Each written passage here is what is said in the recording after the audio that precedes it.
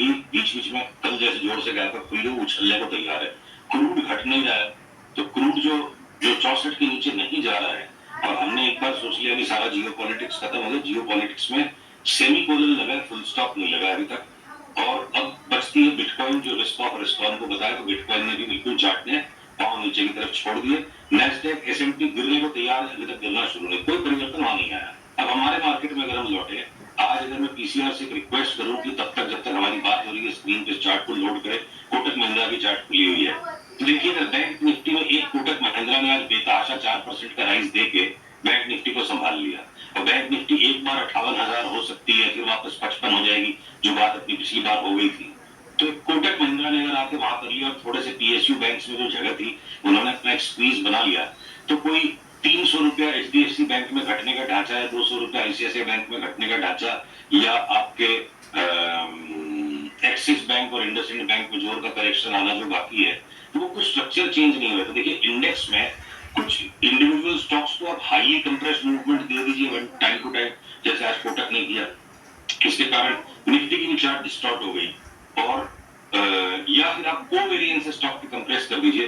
तो ज्यादातर समय जो माना गया है कि इंडेक्स मार्केट का सूचक है, आप ये मान के चलो कि बाजार इतने बड़े हो गए हैं, और आपने कितनी बढ़िया स्टोरी जेन स्ट्रीट पे, कितना कंस्ट्रक्टिव प्रेशर आपने पूरे सिस्टम पे लगाया कुछ मैनिपुलेशन को पकड़ने के लिए। तो जब जाहिर बात है कि मैनिपुलेशन हमारे जीवन का हिस्सा है, हम उसे कभी पकड़ पाएंगे, कभी नहीं पकड़ पाएंगे।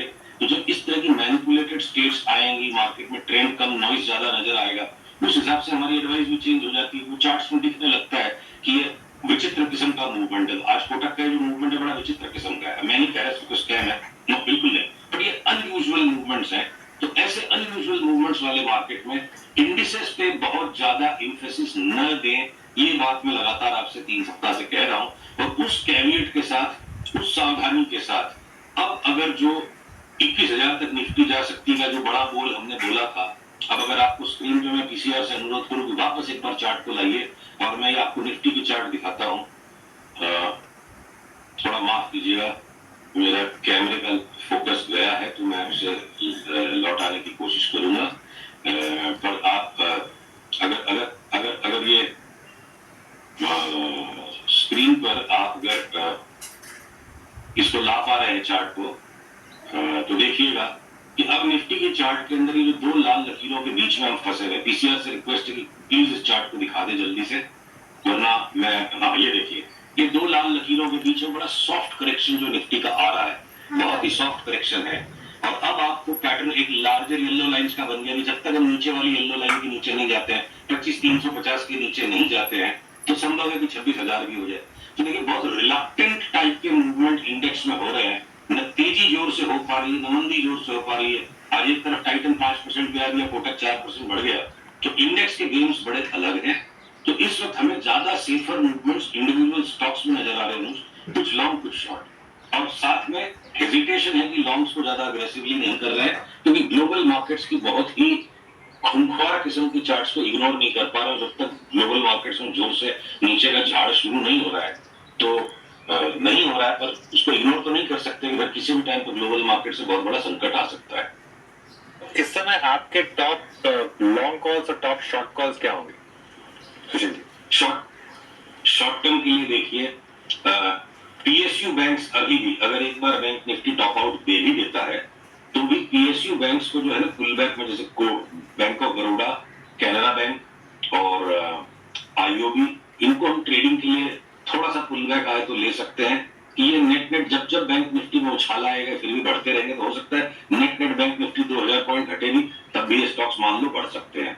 और शॉर्ट्स में जैसे अब आपके टाइटन आज तो जोर से टूट गया, रिबाउंड दे तो उसको बेचा जाए, या हम लुईस लैब को शॉर्ट करने के लिए टकटकी लगा के बैठे हैं, या बीएसई फ्यूचर्स जो है ना, डाउन ट्रेंड वापस से रिज्यूम हो चुका है इसका, तो every rebound is a short cell on that.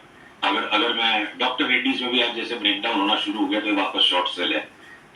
पर अगर हम एफएमसीजी स्टॉक्स की तरफ लौटते हैं, ध्यान को लौटाते हैं, तो कोलगेट, हिंदुस्तान लीवर बाइज है। एशियन पेंट्स एक बार इतना बढ़ गया तो खाली टेक प्रॉफिट है, फिर 200 रुपया घटते हैं, उसको लेना है। पर अगर ये सोलर इंडस्ट्रीज है, मान लो डिफेंस का स्टॉक है, अब इसका अप ट्रेंड एग्जॉस्ट हो गया, और अब इसकी डाउन ट्रेंड लाइन जो है ना स्ट्रॉन्गर एंड स्ट्रॉन्गर होती जा रही है। देखो अगला वाला ट्रेंड भी टूट गया, एवरी रिबाउंड पे इसको हम बेचेंगे। जियो फाइनेंस फ्यूचर्स एकदम एक्सट्रीम ओवरबॉट है, तो हम थोड़ा पुल बैक में ले लेंगे। तो अलग अलग स्टॉक्स अलग अलग काम करें। तो अनुज थोड़ा सा मैं रिक्वेस्ट करूंगा, एकदम top shorts and top longs extreme high conviction को डिस्प्ले कर देगा। बड़ा फजी किस्म का बाजार है, फजी बाजार है। तो इसमें फर्जी नहीं, फजी फजी। तो फजी बाजार में रोज रोज देख देख के काम करने की चीज है। तो बहुत ज्यादा स्ट्रॉन्ग टोन में बात करूं तो क्या पता आपके दर्शकों की शायद हानि ना हो जाए, इसलिए दबी जबान में आज बात करूंगा।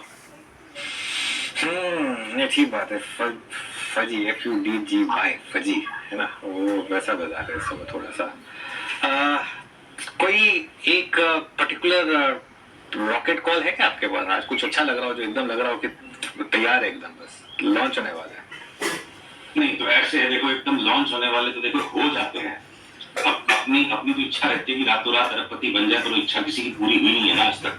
तो उस तरह के कॉल्स को मतलब एक्सपेक्ट करना और उस तरह के कॉल्स को जनरेट करना, ये दोनों ही शायद अति है। बन गई कोई चीज बन गई तो देखिए, रॉकेट तो जो चलते हैं लंबी दूर तक थोड़ा लंबा समय लेके चलते हैं। तो आपके चाहे सीक्वेंट साइंटिफिक है या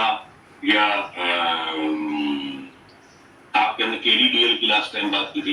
तो ऐसे 4-5 स्टॉक्स हैं जिनको हमने रिसेंट पास्ट में लिया हुआ है, और इनको आप 3 महीने 6 महीने के अंतराल से लेके बैठोगे तो पैसे बनेंगे। वो आज ही ले ले और आज ही 10% बढ़ जाएगा तो गैम्बलर्स इंस्टिंक्ट है। मतलब मेरे को ऐसी अग्नि परीक्षा में ऐसे कटघरे कृपया मत खड़ा करें। ऑलराइट, सुशील जी बहुत बहुत शुक्रिया हमारे साथ जुड़ने के लिए। फिर बात करेंगे आपसे अगले